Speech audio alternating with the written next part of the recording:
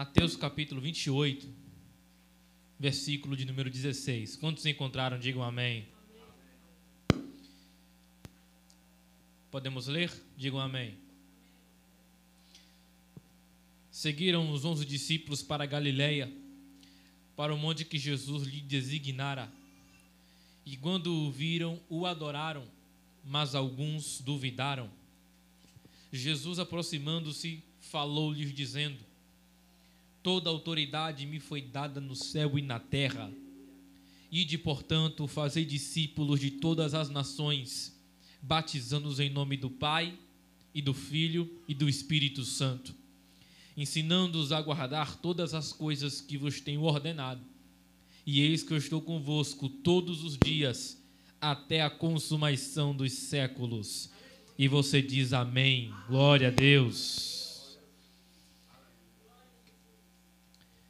Querido, nós estamos, como já foi dito, no primeiro dia da campanha, mas o Senhor colocou uma palavra alternativa em meu coração. Eu acredito que Deus vai falar conosco esta noite. Quantos estão alegres com Jesus, digam glória a Deus. Deus tem uma palavra para o vosso coração essa noite. Nós estamos num episódio chamado A Grande Comissão. A Grande Comissão, ela foi o último evento de Jesus com os discípulos depois da sua ressurreição e antes da sua assunção aos céus. A instrução que Jesus dá nesse evento se torna o ponto-chave de todo o evangelho, porque ela é atemporal. A ordem que Jesus dá aqui não foi temporal, foi uma ordem atemporal, ou seja, foi uma ordem que ficou expressa, dada, e que ficou válida não só no tempo dos apóstolos, mas também depois do tempo dos apóstolos, até hoje, nos dias da igreja, até a volta de Jesus. Jesus também deixou claro que o evangelho deveria ser pregado a todos os povos, não somente aos judeus, porque essa era e é a vontade de Jesus. Existe uma doutrina vizinha que crê que Jesus não morreu por todos, mas existem muitos versículos na Bíblia que nos deixam claro que Jesus morreu por todos. Foi um pouquinho difícil para a igreja primitiva entender que Jesus queria a salvação de todos os homens, e isso incluía até os não-judeus. É por isso que você percebe que até Atos capítulo 10, até Atos capítulo 15, os judeus resistem em pregar aos não-judeus. E justamente Jesus tem que usar pessoas com ousadia. Eles têm que usar Pedro ali, mostrando a visão com um lenço, com os animais impuros. Ele tem que levantar Paulo, alguém que perseguia a igreja, para poder mostrar que Jesus queria a salvação de todos os povos. E Jesus deixa claro que essa ordem aqui, não foi somente essa ordem que ficou expressa, válida, até o fim dos tempos, mas também até o fato de que ele estaria com a igreja até o final dos tempos. Porque o termo original aqui, usado para final dos séculos ou fim dos tempos, também expressa humanidade, universo. Então Jesus estava dizendo: eu estou com minha igreja até o final dos tempos. Jesus não estava só no tempo dos apóstolos, ele também está com a igreja hoje aqui, está conosco nesse lugar. Jesus vai estar com a igreja até o final dos tempos. E é a partir daqui que eu começo a pregar a palavra que Deus colocou em meu coração. No versículo 19, Jesus deixa claro que os novos convertidos que se converteriam a Jesus deveriam ser batizados em nome do Pai, do Filho e do Espírito Santo. Era uma fórmula antiga que desde sempre a igreja primitiva preservou e até hoje tem se guardado e valorizado. Jesus deixa claro que os convertidos devem ser batizados, porque Porque existe uma diferença entre batizado e discípulo. Existe uma diferença entre discípulo e batizado. Tem gente que é discípulo, mas não é batizado. O batismo, além de ser um ato público de que você está agora aliançado com Jesus, é também um simbolismo de que você se lavou nas águas do Espírito Santo. Então Jesus quer que não sejamos só discípulos, mas também remidos, lavados, batizados. Existe uma diferença entre batizado e discípulo. E Jesus também deixa claro, no versículo de número 18, que toda autoridade, ou seja, todo o poder, foi concedido a Jesus no céu e na terra. Ou seja, Ele é todo poderoso. Nós poderíamos passar a noite inteira aqui, vendo os vários versículos de que Jesus é todo poderoso. Não caberia, mas Jesus me revelou alguns que nos revela esse poderio de Jesus. E quem é que concedeu esse poder a Jesus? Quem é que concedeu esse poder ao Filho? Foi Deus Pai, para mostrar que Ele selecionou seu Filho para poder resgatar a humanidade. Isaías capítulo 9, versículo 6: um menino vai nascer e o seu nome vai ser Maravilhoso Conselheiro, Deus Forte, Pai da Eternidade, Príncipe da Paz. Colossenses capítulo 2, versículo 9: porque nele habita corporalmente toda a plenitude, isso quer dizer tudo, toda a plenitude da divindade. Apocalipse capítulo 1, o próprio Jesus disse: João, eu sou o alfa e o ômega, eu sou o princípio e o fim, eu sou o que era, o que é, o que há de ser, o Senhor Todo-Poderoso. E Ele está aqui hoje para nos dar vitória através dessa palavra. O termo original aqui para a palavra autoridade, além de ser alguém que exerce poder, ordem, um dos significados é fazer do jeito que quer. Sabe o que é isso? É que quando a obra de Jesus, Ele trabalha do jeito que quiser. Quando a igreja de Jesus, Ele faz do jeito que Ele quiser. Quando Jesus é o dono da obra, Ele faz do jeito que quiser. Quando Jesus não é o dono da obra, o povo faz o que quer. O povo vira o anárquico. Mas quando Jesus é dono da obra, é Jesus quem manda no trabalho. Mas tem pessoas que entendem, pastora, que só porque Jesus, só porque temos que fazer aquilo que Ele quer, só porque é Jesus que faz do jeito que quer, alguns entendem isso como uma opção para libertinagem. Paulo disse para Corinto, aí tem os 3 grupos da igreja. Tem aqueles que são de Paulo, tem aqueles que são de Apolo, e tem o pior grupo, que é aquele que eu sou de Cristo. Por quê? Porque bagunça no nome de Jesus. Ei, mas é por isso mesmo que o dono da obra de Jesus e faz como Ele quer. Por quê? Porque quem não é igreja faz o que quiser com a vida. Quem não é igreja faz o que quiser. Mas quem é igreja tem que ficar debaixo da ordem de Jeová. Quem é igreja tem que ficar debaixo da ordem de Jesus. Eu quero crer nessa noite que eu vim pregar para uma igreja que fica debaixo da palavra de Deus, que fica debaixo da ordem de Jesus. É como o dono da obra quer. Quem é igreja tem que se submeter às ordens do dono da igreja. Por quê? Porque a Bíblia é clara, Jesus é o cabeça da igreja. Se Ele é o cabeça, eu como igreja sou corpo. E sozinho é igreja? Não, sozinho é membro. Se eu sou igreja, se eu sou membro do corpo, eu tenho que fazer o que a cabeça, o que o dono do corpo manda. Alguém lá fora, alguém aí, por lado aí, liberal, diz assim, não, é meu corpo, minhas regras, faço o que quiser com a minha vida. Mas quem é igreja, não. Se o tempo é do Espírito Santo, o Espírito Santo já possui, já é dono, tem que fazer o que Jesus manda. E qual é o evento? É a grande comissão. Só que a grande comissão está parecendo mais a grande omissão. Por quê? Porque muitos crentes estão omissos.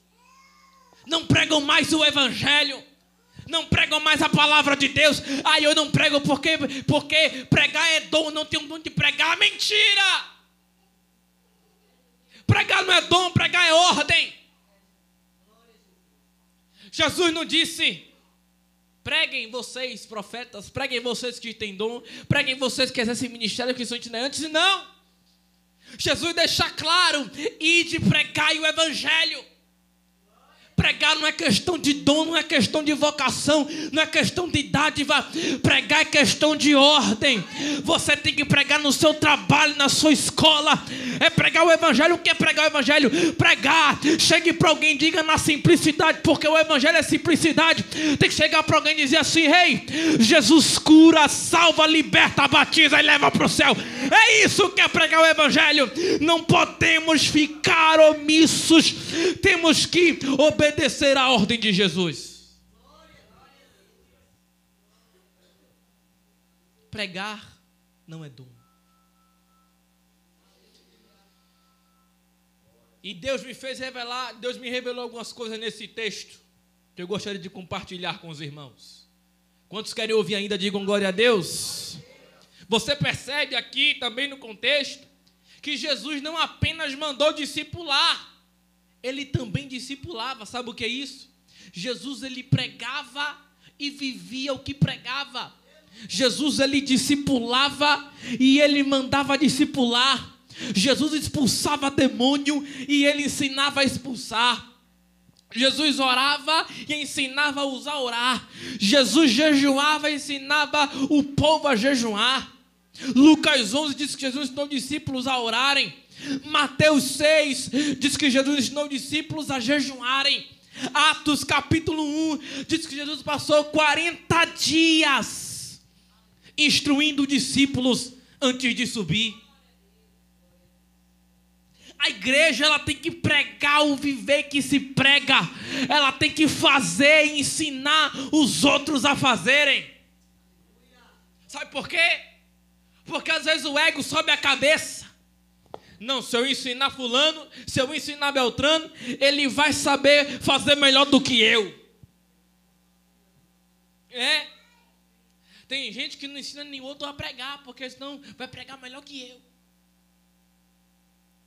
Minha esposa sabe, discipulo jovem, ensino os outros a pregar, e eu não tenho medo. Vejo lá o jovem que eu discipulei postar um cartaz e digo: Deus abençoe meu filho, vai pregar mesmo. E eu desejo muito bem que esses que eu ensino cheguem mais longe, pisem lugares que eu ainda não fui. E para a glória de Deus, esses jovens têm ido a lugares que eu ainda não fui, porque Deus tem um trabalhar com cada um no individual. Então, a gente tem que ensinar os outros a fazer o que a gente faz. Porque se eu não ensino, eu vou estagnar, eu vou parar um dia. E aí, meu amigo? Na obra, Deus não tem favoritos, Deus tem escolhidos, Deus tem preparados e vocacionados, selecionados. Então eu preciso vocacionar, preparar alguém para ficar no meu lugar.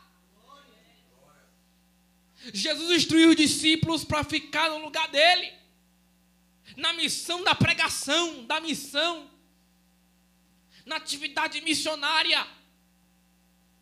Paulo não levou aquilo que ele aprendeu dentro de si, porque tem gente que é omisso, gente que não compartilha o que sabe, não semeia na vida de alguém.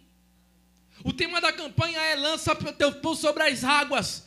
E Jesus está dizendo: semeia na vida de alguém, lança o pão na vida de alguém, planta a semente da vida de alguém. Paulo não carregou aquilo que ele aprendeu para si. Ele compartilhou nas cartas, compartilhou com os jovens que ele discipulou, com os pastores que ele preparou. Vai lá, Timóteo, ficar em Éfeso. Vai lá, Tito, ficar lá em Creta. Porque eu preparei vocês, discipulei vocês e mandei vocês colocar tudo em ordem que tem para botar. É isso. A igreja tem que preparar a gente para ficar no lugar. Porque se eu sou discípulo, eu tenho que ensinar outros a serem discípulos também. Se eu sou pregador, eu tenho que ensinar outros a pregarem. Porque um dia eu vou parar, um dia eu vou estagnar. E aqueles a quem eu ensinei vai ficar no meu lugar. Jesus falou para os discípulos: vocês farão obras maiores, não é melhores, é maiores. Não é melhores em essência, é maior em alcance. Vocês farão obras maiores do que eu fiz. Sabe o que é isso? Vocês vão pregar em lugares que eu não fui. Vocês vão falar coisas que eu não falei. Vocês vão ensinar coisas que eu não ensinei. Jesus deixou uma promessa para a igreja: vocês vão chegar a lugares que eu não fui. E você percebe que no decorrer de Atos, a igreja pisa em lugares, em países, em províncias, que Jesus não pisou em 3 anos. A gente não pode limitar só a nós mesmos. Eu faço tudo, eu sei de tudo, eu sabe de tudo. Não é assim, não. Filipenses 2, Paulo vai dizer: Jesus abdicou-se do seu trono, desceu aqui, aniquilou-se a si mesmo, não usurpou o ser igual a Deus. Antes tomou a forma de servo, a forma de homem, a forma de escravo, e tornou-se semelhante aos homens. Então é isso que é igreja. É isso que é ser discípulo. É ensinar outras pessoas. É ensinar o evangelho para outras pessoas. É ser igreja na vida de alguém. Eu profetizo essa palavra que você vai semear, você vai ser igreja na vida de alguém. Você vai ser igreja para o seu esposo, para a sua esposa. Você vai ser igreja para a sua família. Você vai ser igreja no seu trabalho. Você vai ser igreja na vida daqueles que te cercam. Quantos querem continuar ouvindo, digam glória a Deus. E a segunda coisa que eu percebo é que quando você lê o versículo 19, ele diz: ide, portanto. Esse portanto aqui é como se fosse uma justificativa. Jesus diz: olha, eu tenho todo o poder no céu e na terra. Aí ele fala: ide, portanto. Quer dizer, estou mandando vocês irem porque justamente eu tenho todo o poder no céu e na terra. Por esse motivo, estou mandando vocês irem. E você percebe que Jesus primeiro dá o ide. Depois ele diz: vocês vão batizar no nome do Pai, do Filho e do Espírito Santo. Quando você lê Marcos 16, que traz o mesmo evento, Lucas 24, que traz o mesmo evento, você percebe que ele diz: aqueles que não creem serão condenados. Jesus primeiro dá o ide para depois falar do discipulado. Por quê? Porque o ide é o passo inicial. O ir é o passo inicial. Alguém murmura, reclama e diz assim: não, eu não vejo mais o culto lotado, os bancos estão vazios. É claro que está vazio. Tu não busca. Tem que buscar as almas que estão perdidas. O ir é o passo inicial. Por quê? Porque a comissão está virando omissão, repito. Nós não abdicamos mais do domingo, da folga para buscar as almas. Não abdicamos mais da festa do churrasco para poder entregar o folheto. Não mandamos mais o WhatsApp: fulano, tem culto hoje. Não mandando mais o cartaz do culto para alguém. Olha, o culto é esse. Vai ser no local tal, bora lá dar glória. Não. Estamos omissos. Nós somos bons, sim, para mandar um zap de notícia, de fofoca. Agora, para mandar o cartaz, a mensagem do grupo, do culto que vai ter, não. Então, o primeiro passo é fazer o ide. É o ide e pregai. Alguém pensa assim: não, mas missão é quando eu for para a África, a missão é quando eu for para a China, a missão é quando eu for para a Ásia. Mentira, irmão. Isso é missão, concordo. Tem que apoiar a missão lá fora, concordo. Mas missão é também pregar para os que estão de dentro, para os que estão dentro. Jesus falou para o discípulo quando nos enviou certa vez: não vão primeiro aos estrangeiros, vão primeiro às ovelhas perdidas da casa de Israel. Alguém diz assim: não, quero fazer missão. Me envia aí, pastor, quero ser missionário. Não está pregando nem para quem está do lado, quem diz, porque está fora. Eu quero ir para a China. Chegar na China, os chineses vão dizer: não, cuide primeiro do seu país para cuidar do meu depois. Isso é Bíblia. Olha o que Jesus disse, Lucas 10. A Bíblia diz que Jesus enviou 72 discípulos, 2 a 2, para pregarem em cidades, vilas e aldeias. Marcos capítulo 6 diz que Jesus enviou 12 discípulos, 2 a 2, dando poder sobre os demônios. Em 1 Pedro 2,9, o apóstolo Pedro vai dizer que a igreja, ela é chamada das trevas para a luz, para anunciar as virtudes ou as grandezas de Deus. Então, crente, irmão, não é chamado para esquentar banco de igreja, não. Quer esquentar banco, vai lá para a feira. Quer esquentar banco, vai para Abrantes. Mas se está no corpo de Cristo, tem que trabalhar para Jesus. Se está no banco, tem que trabalhar. Tem que assumir compromisso. Quem não gosta de trabalhar na obra não dá glória nesse momento. Mas quem ama a obra já está dando essa mensagem. Quem ama a obra de Jesus já está glorificando, já está recebendo, já está sendo edificado por essa palavra. Nós precisamos fazer o ID de Jesus. Se a igreja não fizer o ID, vai faltar discípulo. Sabe por quê? A igreja de Atos crescia porque faziam discípulos. Tudo o que acontece até o capítulo 28 só acontece porque eles obedeceram a ordem de Jesus em Atos capítulo 1, versículo 8. Ficai em Jerusalém até que do alto sejais revestidos de poder. Você percebe que Deus permite a morte de Estevão em Atos capítulo 7? E aí se torna uma dispersão. Discípulos vão caminhando aí atrás de crente, atrás de pessoas para evangelizar, para pregar o evangelho. E quando eles voltam com relatório. Eles voltam falando assim: tem tanta gente aceitando Jesus como Salvador, tem tanta gente virando crente, tem tanta gente que agora é do nosso grupo, que agora é discípulo, que agora é do caminho. É esse que é o papel da igreja, é esse que é o papel do corpo de Cristo, é ir atrás daqueles que precisam. Não precisa você ir para a China, não precisa você ir para a África, só basta mandar uma mensagem, só basta atravessar a rua, só basta ir na casa de alguém que você conhece e dizer: ei, já aceitou Jesus? Jesus cura, Jesus salva, Jesus liberta, batiza e leva para o céu. Toda vez que eu e minha esposa vamos lá para a terra dela, Tiúba, Bahia, interior brabo, pregamos Jesus, falamos de Jesus, oramos, cantamos hinos. Por quê? Porque nós temos que fazer o ID. E não falo isso porque sou da minha parentela, não. É porque todos nós temos que tomar exemplo. Jesus pregava para a sua família, Jesus evangelizava a sua família, Jesus andava com a família. E a igreja tem que fazer a mesma coisa.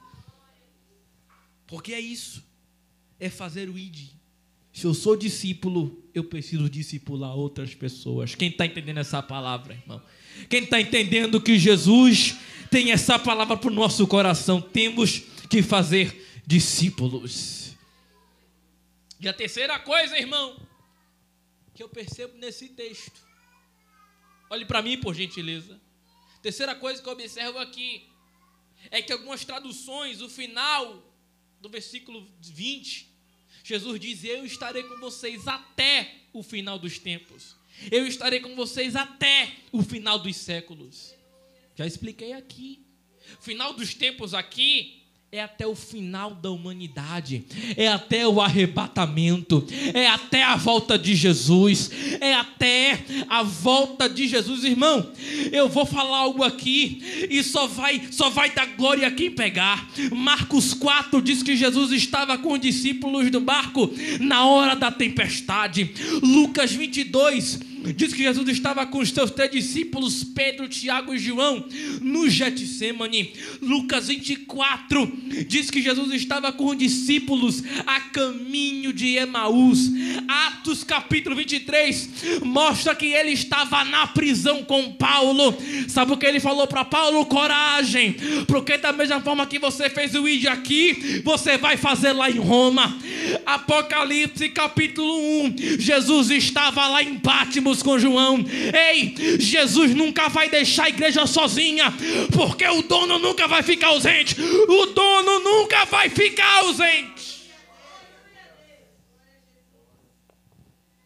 A igreja nunca vai ficar desamparada, porque o dono da igreja nunca vai ficar ausente.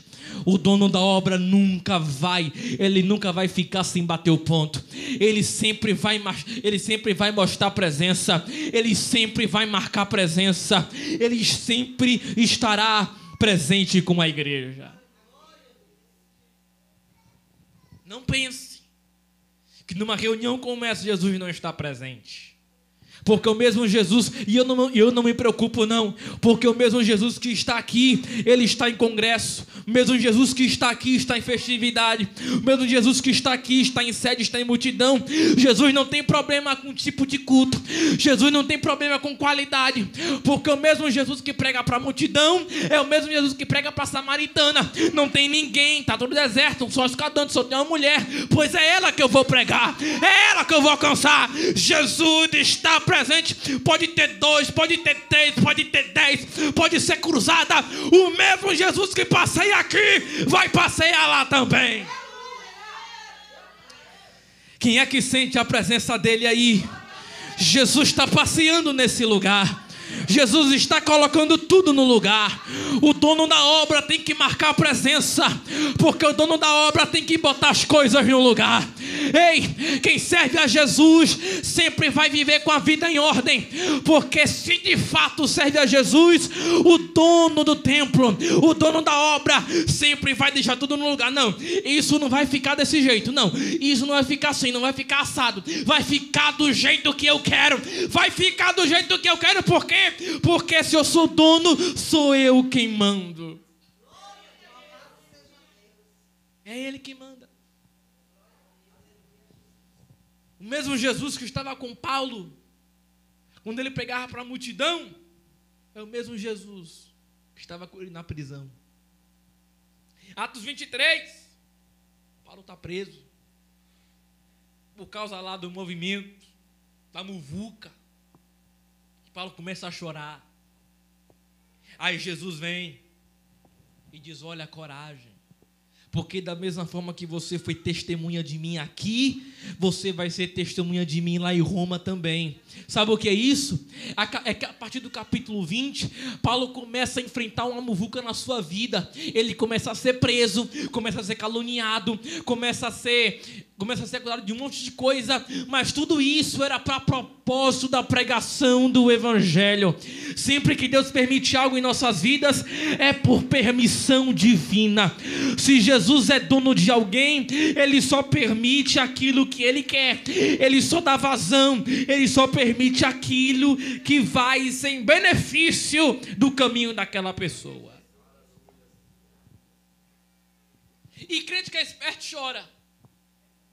Crente bestalhado murmura, desvia, sai da igreja, entrega o cargo, não. Crente esperto chora, ora. Porque o mesmo João, que prega fora de Pátimos, que escreve as 3 cartas, quando ele está velhinho já, preso em Pátimos, o mesmo Jesus se revela para ele. João escreve: eis aqui a revelação de Jesus Cristo. João de repente se encontra numa visão. E quando Jesus leva ele em visão e êxtase, Jesus se revela a ele. Aí João diz assim: ei, eu ouvi uma voz por detrás de mim. Quando João quando ele se vira para ver quem é que fala com ele, vem um clarão, seus pés reluzentes, sua face esplêndida, brilhando mais do que roupas mais alvas que você já viu. Aí a Bíblia diz que João cai como morto. Aí Jesus estende a mão e diz: não temas. Por quê? Porque eu sou o Alfa, o Ômega, o princípio e o fim. Vem e vê as coisas que eu vou te revelar, que vão acontecer no fim dos tempos. Crente que é esperto, chora. João está lá em outra visão. De repente ele vê os selos, 7 selos. Ele pergunta para os anciãos que estão em volta dele: quem é que vai abrir os selos? Quem é que vai revelar o mistério que está aí dentro? Aí o ancião diz: rapaz, não tem digno ninguém, nem no céu, nem na terra, nem até debaixo da terra, que possa abrir os 7 selos. Ele começa a chorar. Se fosse outro, a murmurar, a desviar. Se fosse alguns aí, ia até bater na cara do ancião, irmão, porque hoje está assim agora. Mas João começa a chorar, começa a se aquebrantar. Crente que é esperto se aquebranta. Crente que já tem o Espírito Santo, ele se aquebranta, ele começa a ficar todo moído. Por quê? Porque se o crente é o oleiro, se o crente é o vaso e Jesus é o oleiro, Jesus ele quebra na hora que quer, ele faz ficar todo moído, parecendo um café em pó. Ele moe na hora que ele quer, para mostrar que ele é dependente do oleiro, para mostrar que ele é dependente daquele que é dono do templo. Aí continuando, ele começa a chorar. De repente o ancião: João, chora não. Por quê? Eis aqui aquele que é digno de desatar os 7 selos. Você já sabe quem é. Se você da agora, você já sabe quem é. Eis aqui aquele que é digno de desatar os 7 selos. Quem é esse aí, ancião? É o Cordeiro, é Jesus de Nazaré, aquele que antes estava morto, mas agora vive. É Jesus, ele é digno de desatar os 7 selos. Jesus estará com a igreja até o fim dos tempos.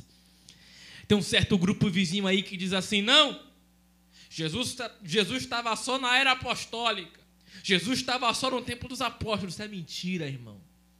Porque o mesmo Jesus que estava lá com os discípulos, o mesmo Jesus que estava lá na era apostólica, na era primitiva, é o mesmo Jesus que estava na Idade Média, é o mesmo Jesus que estava lá na era de 1700, 1800, acompanhando toda a história da igreja. E o mesmo Jesus que estava lá é o Jesus que está conosco hoje.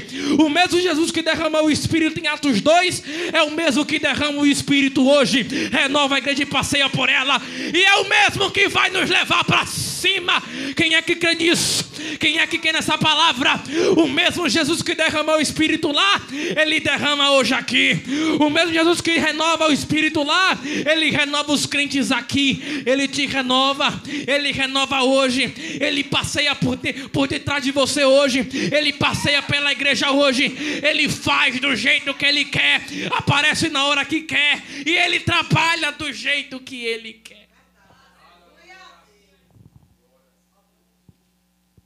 Jesus estará conosco até depois do arrebatamento. Está com a gente antes, vai estar durante e vai estar depois, celebrando as bodas do Cordeiro conosco. Fique de pé comigo no nome de Jesus.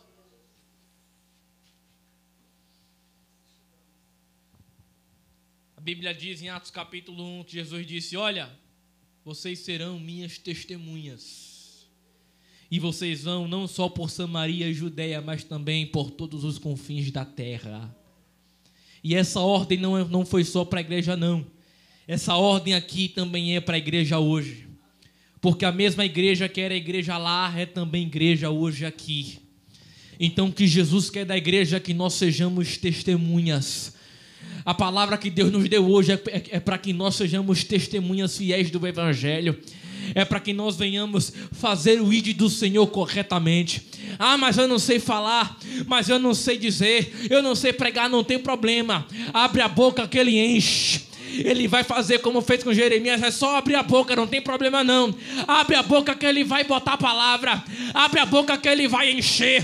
É só tomar o passo inicial que ele vai completar a obra que ele começou. Traz aqui meu celular. E o chamado de Deus para a igreja é que nós continuamos a ser testemunhas do Evangelho. Essa campanha se iniciou com um tema lindo: lança teu pão sobre as águas, depois de muitos dias você vai encontrar. essa noite você tem a chance, não só essa noite, mas todos os dias da sua caminhada você tem a oportunidade de lançar a semente do evangelho na vida de alguém. Você tem a oportunidade de lançar a palavra de Deus no coração de alguém.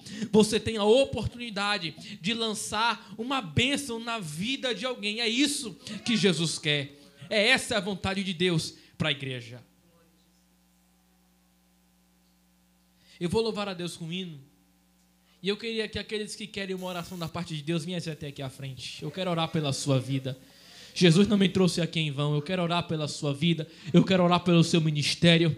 Eu sei que Deus tem bênçãos para nos dar através dessa palavra aqui. Enquanto eu vou louvar esse hino, eu vou pedir para que você coloque a mão no seu coração. Feche seus olhos se você puder. E se desbloqueie com ele aí. Fale com ele aí, ore com ele, porque esse louvor, além de ser bíblico, é também uma forma de canção, é uma forma de oração. E Jesus, você vai falar com ele aí agora, você vai pedir para ele te usar, você vai pedir para ele usar você nessa terra, não só para os estrangeiros, mas também para aqueles que são da casa, que são dos seus. Aleluia. Pode aumentar, por favor. E quem conhece o hino pode cantar comigo. Cante como se o arrebatamento fosse hoje. Cante esse hino comigo. Como se você fosse subir essa noite. Sonda-me, Senhor, e me conheces. Quebranta o meu coração. Vai trabalhando aí agora, Jesus, nos corações. Vai trabalhando aí, Jesus, agora nessas almas. Nessas vidas, Deus trabalha agora. Meu Deus, preenche do teu poder. Meu Deus do céu, muitos têm medo de pregar, medo de falar, medo de tomar a iniciativa. Mas Jesus hoje está alcançando os dele. Hoje Jesus te capacita. Hoje Jesus, ele te capacita para te usar, independente do ambiente. Pode ser no trabalho, pode ser no bairro. Jesus vai usar você como ponte sobre as águas. Ele vai usar você na vida de alguém. Como abrigo no deserto, ele vai usar você para a vida de alguém. Nem que seja para uma pessoa só, ainda que ninguém veja seu esforço, mas Jesus vai usar você, e ele vai anotar isso no caderno dele. Eis aqui as nossas vidas, usa-me, Senhor. Aleluia, Jesus. Meu Deus, vai visitando agora os ministérios, as vidas espirituais. Senhor, se alguém aqui enfermo espiritualmente, emocionalmente, psicologicamente, se alguém aqui enfermo, Pai, oprimido por algum espírito, Pai, entra com primazia agora. Meu Deus, a tua palavra nos diz que o sinal se seguirá aqueles que creem, que o Senhor nos dará autoridade e poder sobre os demônios. Só quem acredita, só quem recebe. Recebe aí agora poder sobre os demônios. Recebe aí agora poder sobre a enfermidade. Você é igreja, você é membro do corpo dele. Você é luz do mundo. Você é sal da terra e luz do mundo. Recebe aí poder. Recebe aí autoridade agora. Recebe aí dom de línguas, variedade de línguas. Recebe aí dons ministeriais, dons espirituais. Deixa Jesus usar você aí agora. Flecha que acerta o alvo, eu quero ser usado da maneira que te agrada, em qualquer hora e em qualquer lugar. Eis aqui a minha vida, usa-me. Só aqueles que querem ser usados por Deus, só aqueles que querem ser usados pelo Senhor. Ah, mas ninguém está vendo, não tem problema nenhum. Mas a mídia não vê, não tem problema. Mas o pastor não vê, não tem problema. É no anonimato que Jesus vai usar você. Pode ser na internet que ele vai te usar também. Pode ser na sua casa, no seu bairro, que ele vai usar você. Deus usa os improváveis. Aleluia, Deus usa aqueles que ninguém dá valor, que ninguém dá nada. Jesus pegou aquele gadareno, transformou em pregador do evangelho. Jesus vai pegar aquela prostituta, vai transformar em missionária. Jesus vai fazer a obra.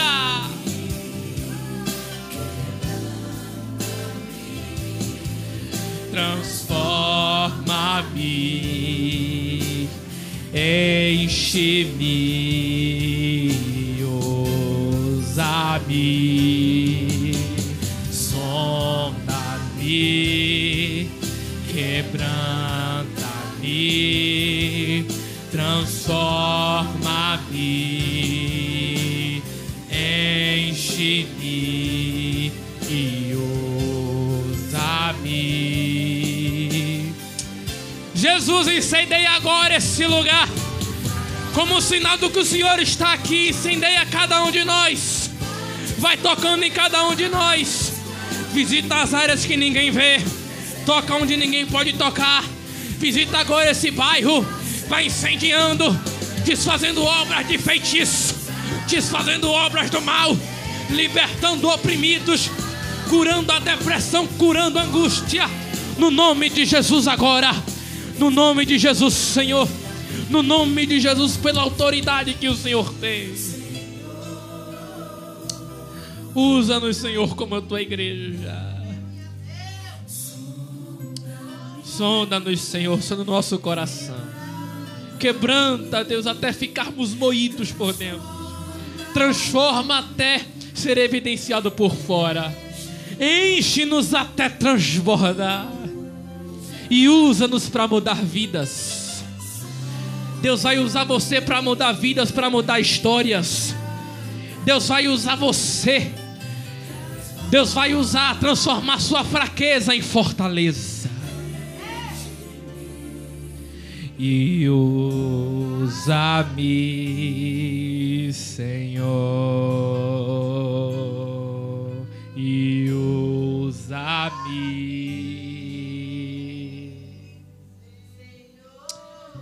Quantos creem nessa palavra? Quantos creem nessa palavra? Que Deus usa os improváveis. Que Deus vai usar você para lançar o pão na vida de alguém. Recebe essa palavra no nome de Jesus. E desde já eu agradeço a minha oportunidade. Esse jovem lá atrás, de amarelo, você é membro da igreja, filho? Quer fazer uma aliança com Cristo hoje?